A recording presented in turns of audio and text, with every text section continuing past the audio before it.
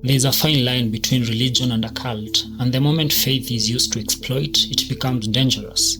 Take Pastor Ezekiel for example. Once hailed as a powerful man of God, he was later allegedly linked to the Shakahola massacre, where hundreds of bodies were discovered, victims of extreme religious manipulation. This is not just a Kenyan problem, it's a crisis across Africa. But how do you tell a real pastor from a fake one?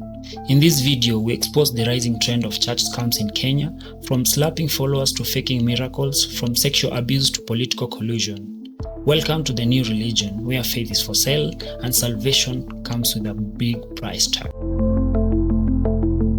Pastor James Ng'ang'a is a violent millionaire. You have probably seen him online screaming on the pulpit, slapping worshipers, or threatening members who don't tithe. Amka, mtoe sadaka, kama mtoki kutoa mtoke hapa, hamjalipa nyumba hii. He has insulted, humiliated, and even physically assaulted members of his own church. Sasa nimefungiwa nyumba wiki na kwenda polisi hapo.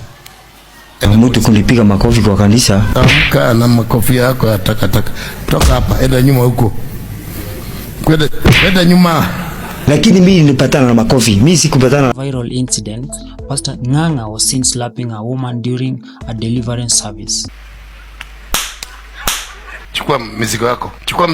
Chukua mizigo. Enda ukaije. In another, he berated poor congregants who failed to tithe, telling them they were cursed for not giving to God. Sasa mimi nikikaa hapa nitakufukuza. Sema mimi don't pray cattle. Nataka kujua kwa nini Mungu akuji kwako. Niombe tu watu wa mapepo peke yake, watu wa kunyongwa, watu wa nahara. Hiyo tu ndio Mungu anaweza kanitumika. Kama mtoki kutoa mtoke hapa, hamjalipa nyumba hii. Toa ni sadaka. But the irony is very clear. He lives in luxury funded by those same poor people. Ng'ang'a owns luxury cars, high-end properties, and even reportedly operates a hotel business. But how did he acquire his wealth?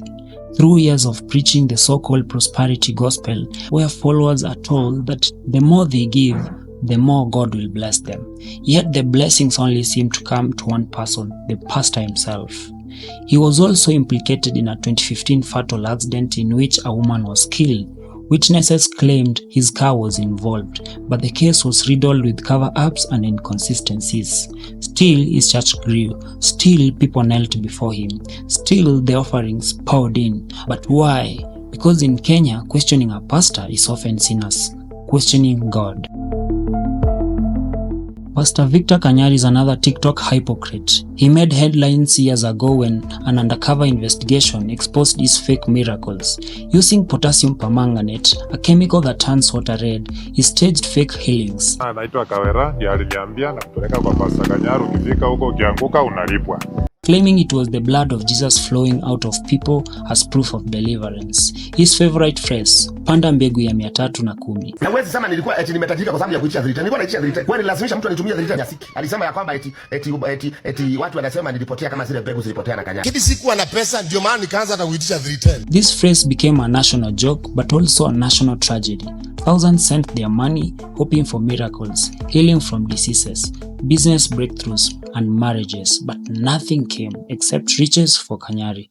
He was exposed on Citizen TV, yet the scandal barely slowed him down. In recent years, Kanyari has rebranded. Now he's a TikTok preacher, often seen in lives with young women. He has gone viral multiple times for making sexually suggestive comments, rating women based on their looks, and flirting under the guise of ministry. He speaks like a comedian, dresses like a rapper, and preaches like a hustler. And through it all money keeps coming in. Fake miracles, sexualized sermons, and spiritual manipulation, all packaged as a new age ministry. I am the one that brought the coronavirus. Mimi ndiye nilileta virusi vya corona.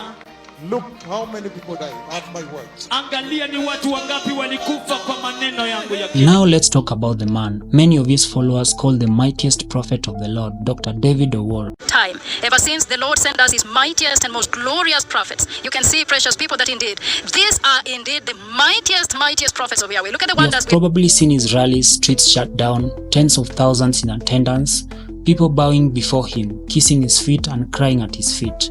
His arrival is often more dramatic than a presidential motorcade. Owuor claims to heal the blind, raise the dead, and even change weather patterns through prayer. He is treated like a god. But behind the theatrics lie deep questions. Where is the proof of these healings? Why do his followers live in poverty?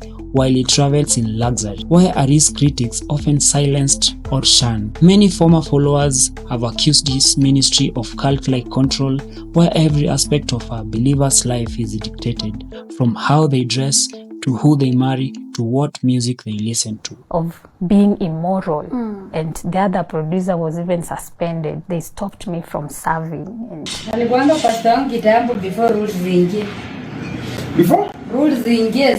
These are red flags of a cult. Owuor's ministry, though vast, remains secretive. But one thing is clear: he has mastered the art of prophetic branding, turning himself into a global figure while harvesting loyalty from vulnerable believers. But the issue is not just about pastors, it's about power. And in Kenya, politicians have found the church to be the most effective tool for mass control. No one exemplifies this better than President William Ruto. Ruto is often seen attending church services every Sunday, giving donations worth millions. Cameras flash, pastors sing his praises, and crowds cheer. Meanwhile, hospitals lack basic drugs, youth unemployment is at an all-time high, families are starving. Taxes are rising, yet millions are being funneled to churches. But why? Because religion is a political tool, and many pastors have become part of the propaganda machine. They tell congregants that the president is chosen by God. They preach that suffering is part of the journey. They warn that questioning the government is rebellion against divine order, and so the people suffer silently, convinced that things will get better in heaven. Churches receive land, protection and funding, and in return they deliver loyalty during elections. It is a transactional relationship. The pulpit has been captured. Nitatoa milioni 20 kwanza. Pia nitakuja tufanye harambe pamoja.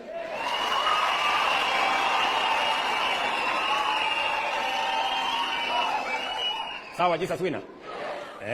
In a disturbing turn of events, a recent NTV investigation revealed that churches are now promoting betting and gambling, disguised as faith-based investments. Some churches promised financial miracles through betting platforms, targeting unemployed youth. And when journalists tried to expose them, they were threatened, harassed, and intimidated by both church members and unknown individuals.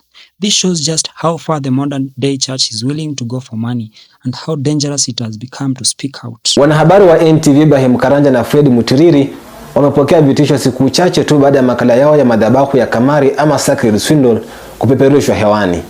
Wanahabari hao wamepokea simu za vitisho, hivyo basi kuhofia usalama wao. Across Africa, the story is the same. Churches flourish while economies collapse. Pastors drive Benzes while believers die in slums. Miracles are monetized. Faith is exploited. In Nigeria, Ghana, Uganda, South Africa, you will find the same script. A charismatic man claims to hear directly from God. He starts a church, it grows, he gets rich, he builds an empire. Meanwhile, the nation sinks deeper into poverty. Religion, once again the light of revelation, has become a cage, and it's not religion itself that is the problem.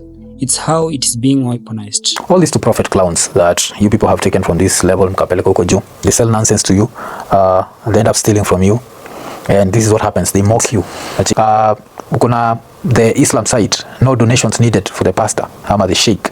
Inside the sheikh, the pastor just can't get enough. It's time to ask the hard questions. Who are we worshipping? Why are we suffering? Is your pastor serving God or serving himself? It's not anti-Christian to expose corruption. Jesus himself flipped tables in the temple when religious leaders turned faith into a business. If your pastor is slapping people, insulting the poor, exploiting women, and hoarding wealth while you struggle, that is not a man of God. If your politician is giving millions to churches but doing nothing to fix the hospitals or schools, that is not a servant of the people. We must reclaim our faith. We must separate God from the conmen, because as long as we stay silent, the gospel cartel will continue to grow, and the true message of hope, love, and justice will be buried under greed, power, and fear.